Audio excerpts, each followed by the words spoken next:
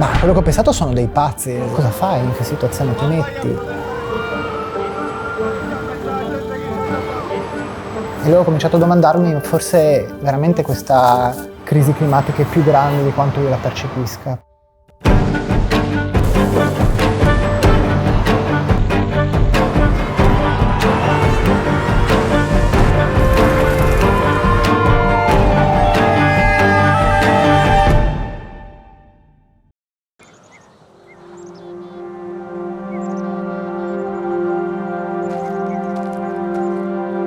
In questo momento il nostro pianeta è in profonda crisi a causa di quello che negli effetti immediati è l'aumento generale della temperatura.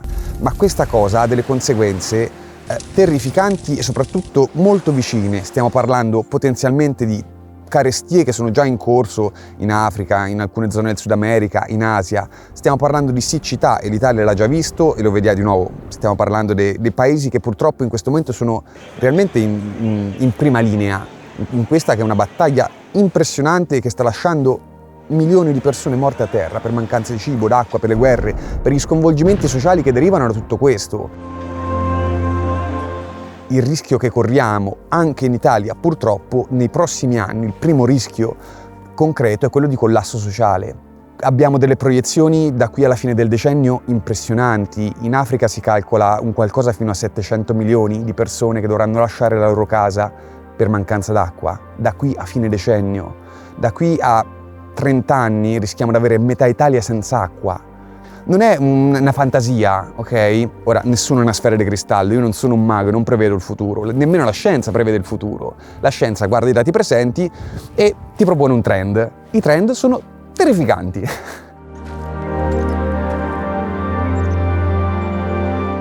Non abbiamo effettivamente dei progetti per risolvere questa questione, non ce li abbiamo. Non è tanto dire che le COP hanno fallito, ma quanto che i migliori sogni delle COP non riescono a ridurre le emissioni.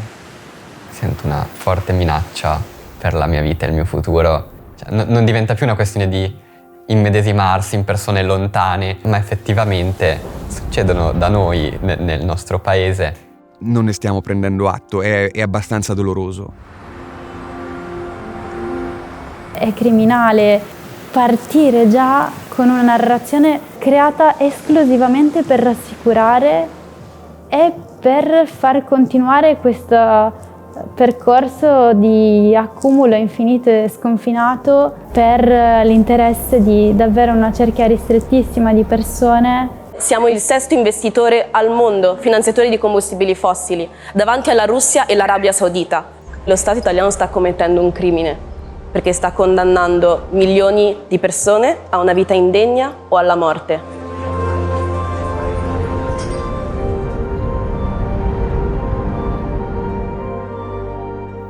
Io provo incredulità rispetto a questo, ma incredulità che non si faccia niente.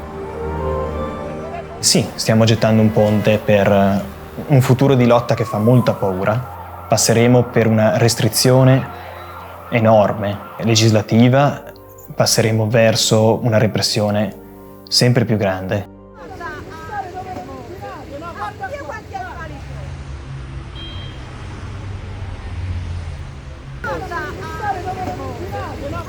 Fammi capire il motivo qual è? Oh! Ma cosa fa? E allora che siamo dei coglioni, ma romper il cazzo da qualche altra parte! E i governi non fanno niente, anno dopo anno dopo anno. Parlavamo di imparare dalla storia. Dalla storia c'è Hannah Arendt che diceva davanti a uno Stato criminale o si entra in resistenza o si è complici, non c'è una via di mezzo.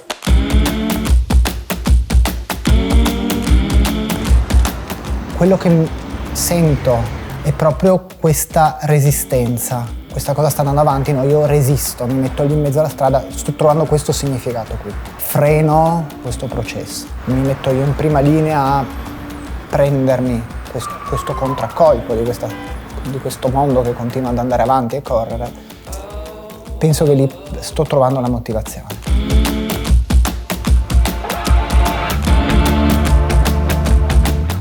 abbiamo scelto le tattiche della disobbedienza civile non violenta, che sono un range abbastanza ampio.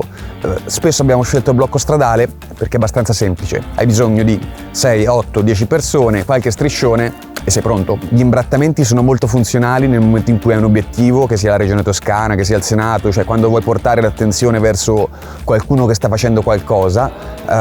Gli scioperi della fame che abbiamo fatto ripetutamente sono un altro modo per cercare di comunicare, cercando di portarsi come interlocutori, mettendoci del sacrificio di mezzo. È funzionale nell'avviare un discorso, è funzionale nel richiedere attenzione, è funzionale veramente nel cercare un dialogo con la politica e portare il proprio disagio in maniera forte anche, chiaramente, dove deve essere ascoltato.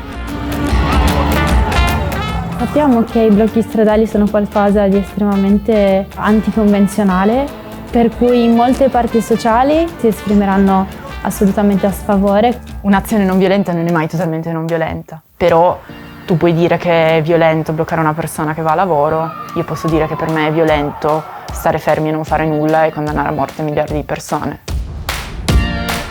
E quindi spesso un'azione non violenta è nel suo concetto essere ambigua e controversa. A questi ragazzi che cosa stiamo dicendo? Volete protestare? Però fatelo con ordine, fatelo senza disturbare. Ma si può protestare senza disturbare? È un ossimoro protestare senza disturbare.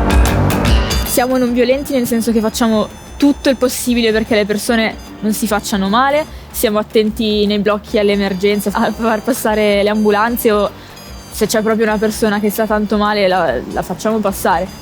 Vogliamo veramente che si capisca che le violenze che ci saranno in futuro a causa della crisi climatica saranno veramente pesanti, non sono nulla in confronto a quello che facciamo noi, saranno violenze vere.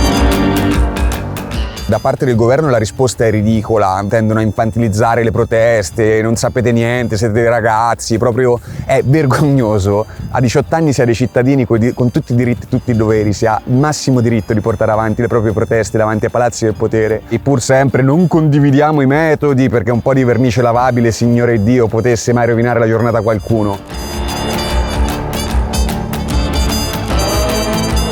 Non siamo qui per convincere nessuno, siamo qui per arrivare ai cuori delle persone che hanno delle preoccupazioni simili alle nostre e che sappiamo potranno unirsi a noi.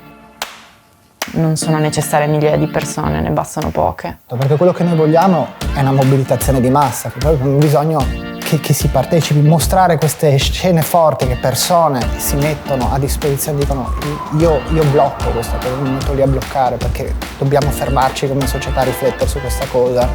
Ed è straordinario averlo visto nel piccolo.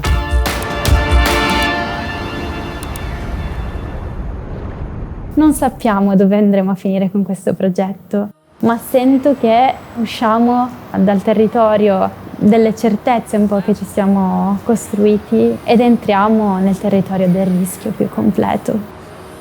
Mi sono sentito veramente nudo, indifeso, vulnerabile. Tu sei in una posizione proprio di inferiorità, ma questo mi faceva sentire forte proprio perché ero nudo.